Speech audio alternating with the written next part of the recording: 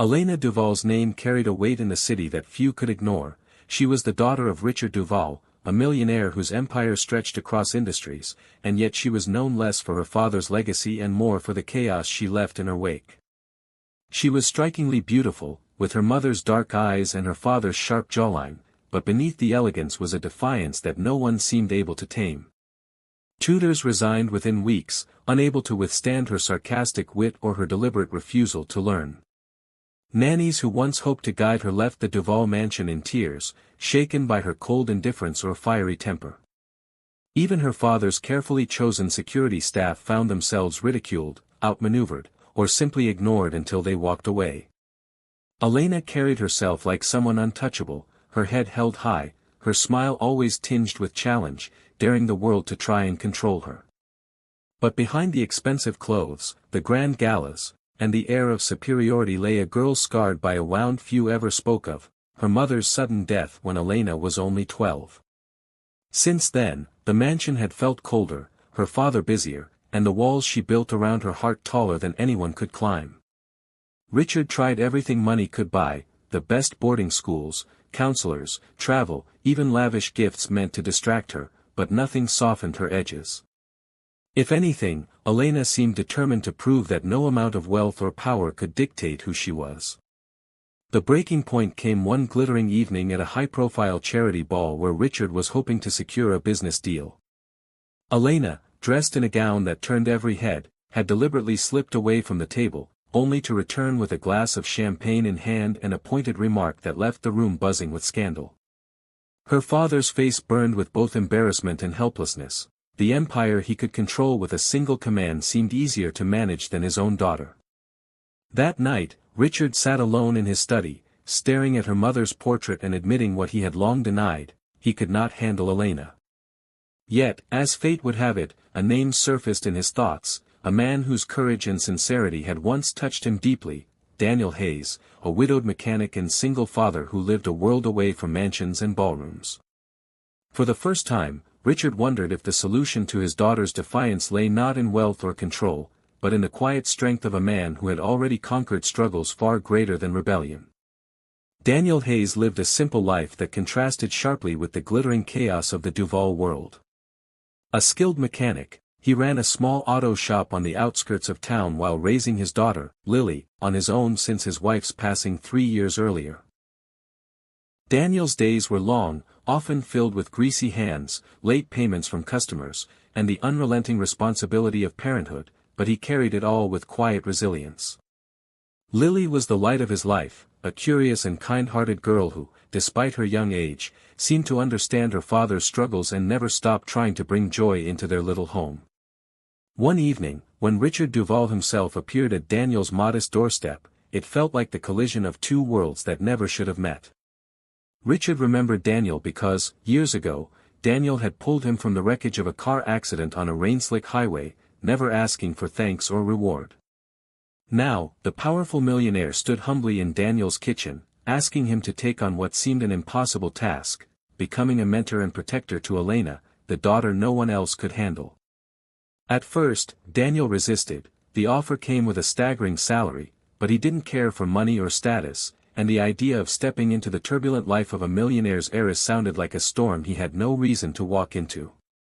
Yet when he looked at Lily, who was listening from the hallway with wide, hopeful eyes, Daniel thought of the security and future that kind of income could provide for her, the opportunities he could never otherwise afford. Reluctantly, he agreed, though he wondered if he had just made a mistake. His doubts deepened the moment he met Elena. She was every bit the heiress he had heard about, arrogant, sharp-tongued, and quick to mock his rough clothes and calloused hands. She looked at him with disdain, asking if her father had run out of professionals and turned to charity cases. But Daniel didn't flinch. He simply answered calmly, his steady voice carrying the patience of a man who had weathered life's storms without breaking. Unlike the others, he wasn't dazzled by her beauty or shaken by her words. He saw something else behind her icy mask, something fragile and hidden.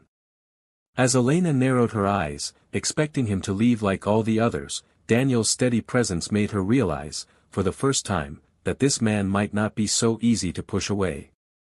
Elena did everything she could to drive Daniel away, testing him with the same sharp defiance that had sent countless tutors and nannies fleeing, but unlike the others, Daniel met her fire with an unshakable calm that both infuriated and unsettled her.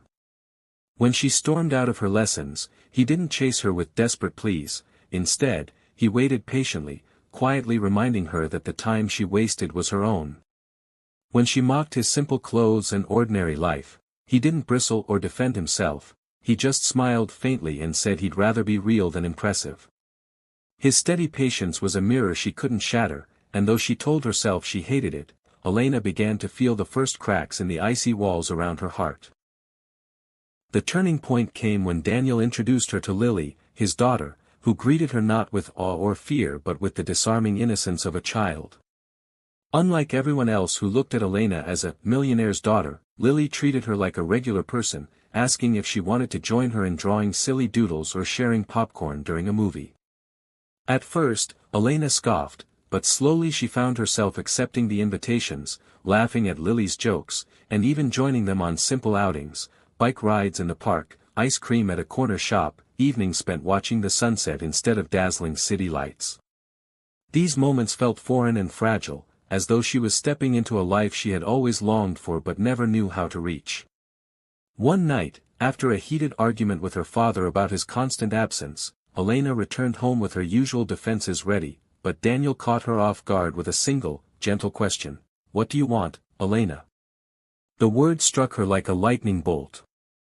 For years she had been told what she was, an heiress, a responsibility, a problem, but no one had ever asked her what she wanted. For the first time in her life, Elena froze. Her sharp tongue failed her, her practiced smirk fell away, and she stood speechless in front of a man who wasn't demanding, controlling, or lecturing, only listening. That silence was the beginning of something new, a quiet shift that unsettled her more than any argument ever had, because in Daniel's steady gaze she realized he wasn't trying to tame her, he was trying to understand her. In the weeks that followed, Elena's world began to shift in ways she never expected, and though she fought hard to deny it, she could feel the change settling deep within her. Her outbursts grew less frequent, her sharp retort softened, and instead of searching for ways to humiliate or escape Daniel, she found herself seeking his company, drawn to the quiet strength that seemed to anchor her restless spirit. Richard noticed the transformation too, though at first he hardly believed it. The daughter who had once caused him endless sleepless nights now lingered in conversations, laughed more freely, and even surprised him by asking questions about his work and his past. Yet the greatest change came in the way Elena opened up, not through grand confessions but through little moments, sharing memories of her mother with Lily, admitting how much the mansion's silence had hurt her, and finally allowing herself to cry without shame when Daniel reminded her that grief was not a weakness. For Elena, who had lived her entire life behind the untouchable mask of the millionaire's daughter, these small steps felt like a kind of freedom, fragile yet real. One evening, after dinner with Daniel and Lily in their modest kitchen, Elena looked around at the mismatched chairs, the laughter echoing between walls far smaller than her father's estate, and realized she felt more at home there than she ever had in the vast halls of her family's mansion. When she caught Daniel watching her with that patient, steady gaze, she didn't freeze this time, she smiled, not the practiced smirk of an heiress, but the unguarded smile of a girl who had finally been seen. Richard, humbled by the change, thanked Daniel with a sincerity that stripped away his usual air of authority, and in that moment he understood what his wealth had never been able to buy: presence, patience, and love. Elena's transformation wasn't about being handled or controlled, it was about being understood, something Daniel had given her without demand or expectation. And as she stood between the man who had raised her with riches but distance and the man who had taught her with kindness and strength, Elena realized that her life was no longer defined by rebellion or loneliness, but by choice. For the first time, she chose to let the walls fall, to embrace the family she never thought she deserved, and to believe that even the untouchable could find healing in the simplest, most ordinary love.